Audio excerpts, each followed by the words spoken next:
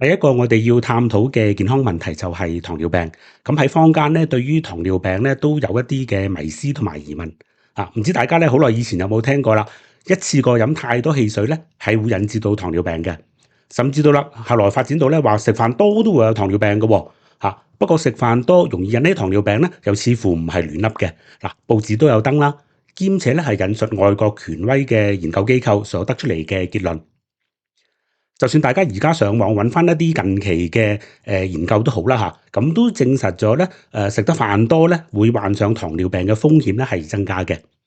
咁我就同大家科普一下咯。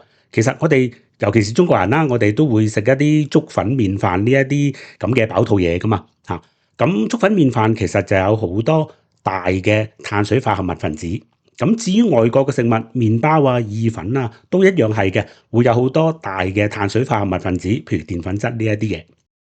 澱粉經過消化就會變咗比較細嘅糖嘅分子嚇。咁至於啦，如果我哋食一啲甜嘅食物，或者飲一啲甜嘅飲品，本身都好多糖分嘅嚇，譬如飲珍珠奶茶啊、糖水啊，或者飲汽水都好啦嚇。咁佢本身因為有好多糖分嘅嚇，咁所以咧就好快入到我哋嘅血液嗰度啦嚇。咁至於肉類方面咧，咁肉類本身比較多脂肪同埋蛋白質啦嚇，咁蛋白質消化咗之後咧，就會變咗做氨基酸。咁有剩嘅氨基酸同埋脂肪咧，其實最後啦嚇，咁概括性咁講，都係會變做糖嘅分子嘅。咁我哋吸收咗入血液之後咧，咁自然我哋嘅血糖就會上升啦。咁大家可能會問啦，咁血糖食完飯會上升，咁點樣可以下降翻嘅咧？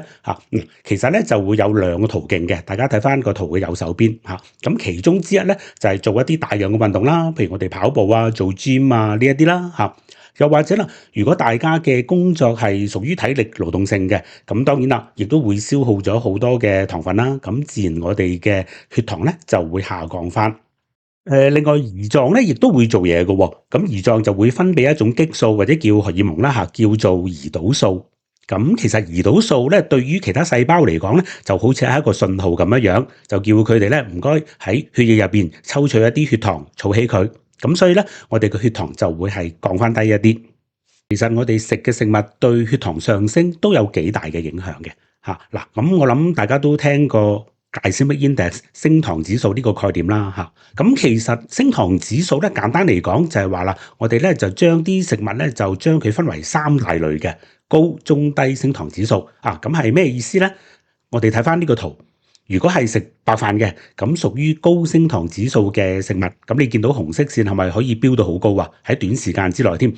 如果我哋係食一啲蔬菜嘅食物，咁我哋會發覺啦，好似藍色嗰條線咁樣，糖分唔係升得好多，兼且咧用需要多嘅時間嚇。咁當然亦都有啲係屬於中間嘅嚇。咁另外一個圖亦都顯示翻啦，如果我哋食嘅食物含有嘅蛋白質、脂肪係比較多嘅，儘管佢哋嘅熱量係好高，咁但係咧，你見到啦，佢升糖咧唔係好勁嘅啫嚇。咁所以簡單嚟講，呢三類嘅食物，我哋又可以睇睇呢個圖啦嚇。高升糖指數嘅，譬如白飯啦，或者一啲甜嘅飲品啊、麵包啊呢一啲啦。如果係中升糖指數嘅嚇，食麵啊、米粉啊呢啲屬於中升糖指數。至於肉類同埋蔬菜咧，反而咧係屬於低升糖指數嚇。咁可能大家會覺得生果都應該係屬於低升糖指數嘅，冇錯。咁不過有例外嘅喎嚇，原來西瓜咧嚇，因為糖分多，所以屬於高升糖指數嘅食物。身體如果長時間處於高血糖水平，咁細胞就會對胰島素呢一個信號咧就會冇咩反應啦。咁就係出現咗咧我哋所講嘅胰島素阻抗，或者叫做胰島素抗性。久而久之咧，我哋嘅血糖咧就好難降翻低，就係會出現咗咧二型嘅糖尿病啦。情況就好似我哋長時間住喺一啲好寧靜嘅地方，我哋會對噪音咧就會敏感一啲。但如果我哋住喺一啲大城市，好似香港咁啦嚇，咁我哋會對噪音個敏感度咧就會低一啲。咁因此啦，如果胰島素能夠發揮到佢正常水平，細胞咧就會喺血液入邊吸收糖分，幫我哋降低血糖。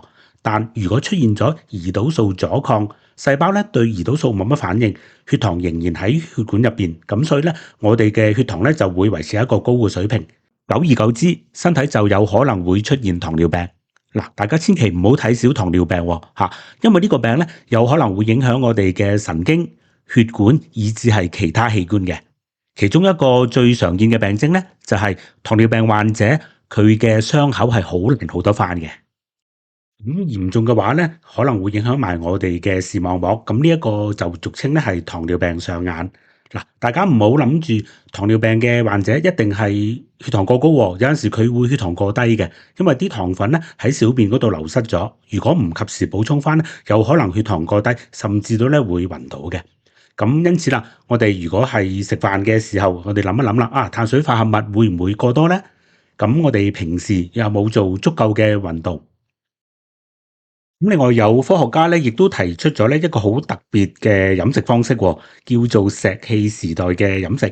咁呢種飲食方式又係點樣嘅咧？嗱，不如我哋首先比較一下現代人嘅生活同埋石器時代人嘅生活係點樣。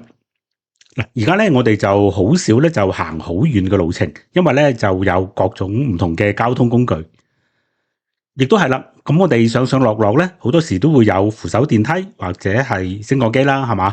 不過喺石器時代，咩嘢都係要靠雙腳㗎咯。咁另外，我哋現代人食嘅嘢係咪有好多碳水化合物啊？咁而喺石器時代咧，呢啲嘢都唔存在喎，可能佢哋就係食呢一啲咁嘅 nuts 呢啲嘢嘅啫。咁仲有佢哋食嘅肉類咧，同我哋而家就差好遠啦。我哋而家食嘅肉類咧，通常都係脂肪咧，都係比較多嘅。咁喺石器時代有冇肉食咧？都有嘅。如果要食豬肉嘅咧，可能會食野豬啦，係嘛？你要捉佢嘅時候，亦都要花上唔少嘅氣力同埋唔少嘅能量。呢個石器時代嘅飲食方式咧，其實都有佢一定嘅參考價值喎，因為佢就係提倡低糖、低澱粉、高蛋白質同埋咧高纖維嘅飲食，當然仲要做足夠嘅運動啦。好嗱，咁去到最後咯，咁我哋就作一個總結。患上二型糖尿病最大嘅風險咧，就係我哋嘅血糖長期偏高，就唔係話單一次飲好多汽水食好多糖啦，就會患上糖尿病嘅。咁所以我哋揀選食物嘅時候咧，就應該揀一啲低升糖指數嘅食物。咁另外啦，要做足夠嘅帶氧運動啦。咁同埋咧，最好要保持咧有一個合適嘅體重，唔好過肥。咁咧，大家咧就患上二型糖尿病嘅風險咧就可以大大降低。咁希望以上嘅資訊咧都能夠幫到大家，祝大家嘅身體健康。